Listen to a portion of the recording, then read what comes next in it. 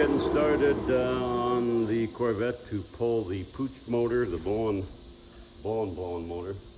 Hirsch is supervising, and we're going to see if we can get this out of there today and get closer to putting this guy in. So we'll get started. Okay, time for the blower to come off.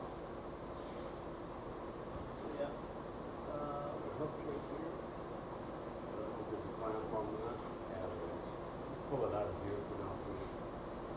Pull it right out of that degreaser. Yep, you got it.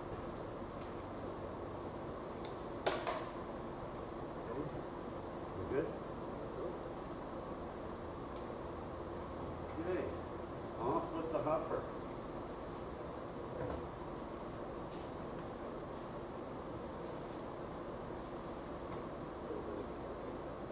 Oh, just a little bit of moisture more than anything, a little bit of carbon.